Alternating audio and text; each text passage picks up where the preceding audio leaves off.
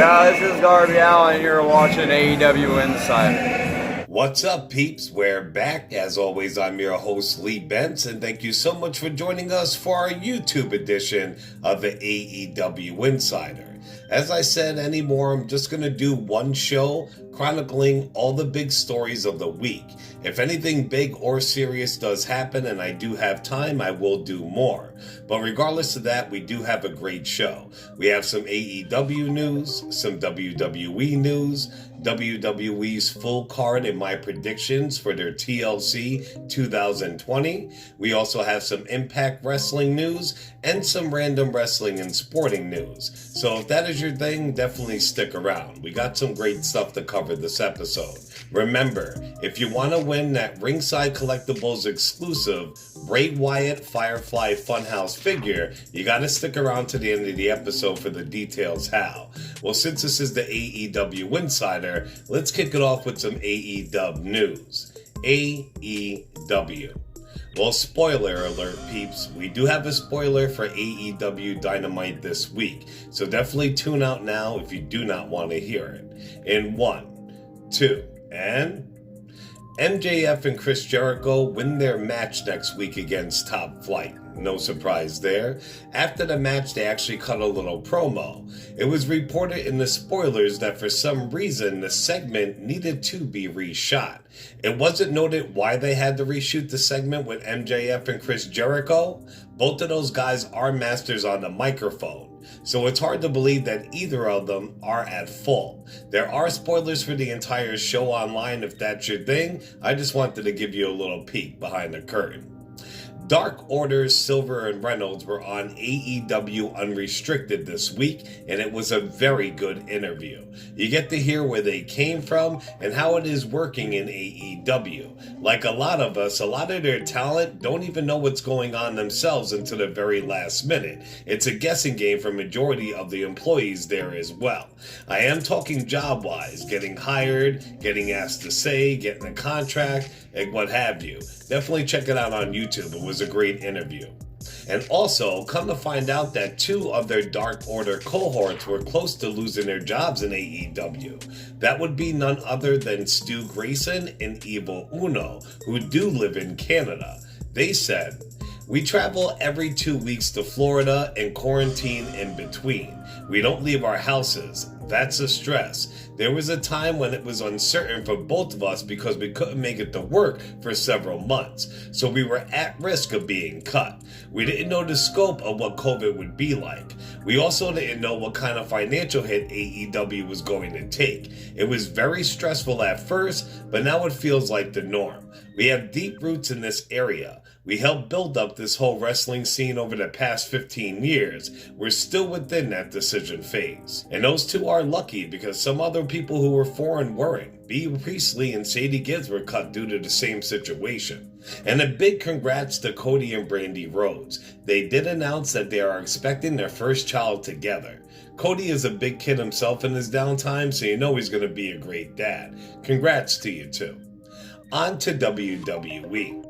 Well, Ringside News reports that WWE Raw brought in a record-low viewership this week for their entire 3-hour program. A change needs to be made, and USA Network is reportedly calling for one. Alex McCarthy of TalkSport reports that the USA Network is livid about the low ratings that Raw garnered this week. They are also pulling for a change in content. USA Network are furious. They want more adult content, not sexy content, but dark and violent adult content. It was also noted that the company is counting on a reset once the 2021 Royal Rumble pay-per-view rolls around. If you ask me, I call bullshit. We seen their announcement last time about change when the ratings drop, and look what the McMahon family and Triple H did. Nothing. Fool us once, WWE, you're not gonna fool us twice. As we know, wrestling fans online can be assholes at times. WWE star Edge posted a pic of him holding and standing next to his wife Beth Phoenix, and this is what some asshole replied. It looks like Edge is taking a picture with some random soccer mom. Head of the PEA or Karen? It's an odd couple. Ed saw this and had this to say in response. What you see here is Adam standing with his wife and mother of their children whom he loves unconditionally. Assuming from your page, you won't find out what that's like. Your biggest concern is making sure you have enough lubricant to get by until you crawl out of your next hole. Bravo, Edge, bravo. Well, it looks like Elias does not take kind to WWE legends taking up current star screen time. He said, "This is going to sound selfish, but when these guys are around, guys like Undertaker, Kane, Shawn Michaels, when they would come back, I would get personally offended by that. The reason would be that I should be in there with those guys and learning from them, and they should be passing on their knowledge, or they should not be there because it's the new guys' time." That's how I felt. I had a little bit of anger towards that generation. I was like, I'm getting the loudest reactions out there. I'm the new guy, I'm the young guy, and here comes these guys taking spots at WrestleMania. They take all the big spots at pay-per-views. People like Elias is shoved aside for whatever reason. I had anger about that, and I thought, geez, can they just not help out or step aside or whatever it may be? Then I saw an interview with The Undertaker with that 4 or 5 part series, and you come to find out that he's aware of it as well. He knows the young guys want a spot. He also knows that he has to let this thing go sometime, and he has been through the ringer. His body has been through it, but he just loves the business so much, and you can relate to that. I was like, oh, let me put myself in this situation and get paid incredibly well. One of the best of all time. The fans go absolutely insane for the guy. It softens me to go, oh, and I get it, and I don't have that anger that I had before. Who knows if the situation is ever reversed? And that is exactly the straw that broke CM Punk's camel's back. He was so pissed that him and others were busting their ass all year long, and when it came down to Mania time, they weren't headlining.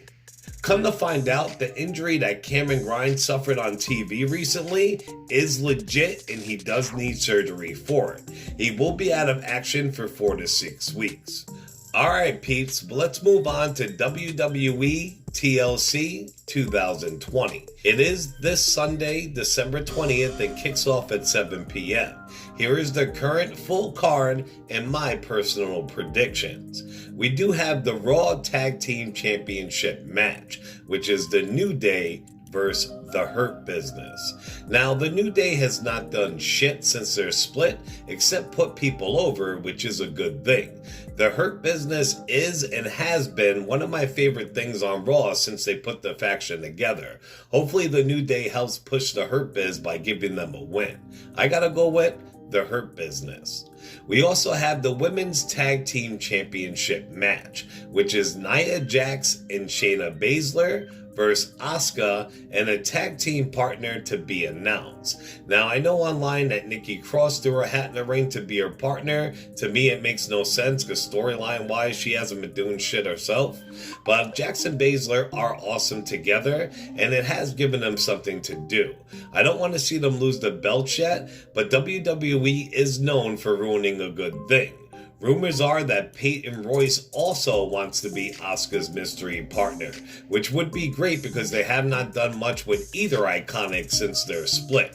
We're all hoping that Lana will return from injury, help win the tag titles with Asuka, and finally get revenge by putting Nia Jax through a table. That is probably what will happen, and that's what I'm going with. But I'm going with the winners to be Jax and Baszler. We have the SmackDown Women's Championship match, which is the Boss Sasha Banks versus Carmella. Now, I do love me some Mella, and I would love for her to win. With Banks' belt run track record, she should be losing the title soon, but unless a serious injury happens, I don't see it happening. It sucks that WWE has built up Carmella for so long for her to lose so early. I think it's going to be a DQ. So Mella won't get pinned, she won't look weak, Sasha will keep her belt, and the feud will continue. So I'm going to go with the winner being Sasha by DQ. We also have the Firefly Inferno match, which is The Fiend Bray Wyatt versus Randy Orton. Now, I hope this match is awesome. It definitely sounds awesome. I don't see The Fiend losing big matches again anytime soon. Orton has been killing it. It does not matter if he wins or loses, he's been on fire. So I don't think that this loss is going to hurt him either. I gotta go with The Fiend. We have a Universal Championship tables, ladders, and chair match, which is Roman Reigns versus KO.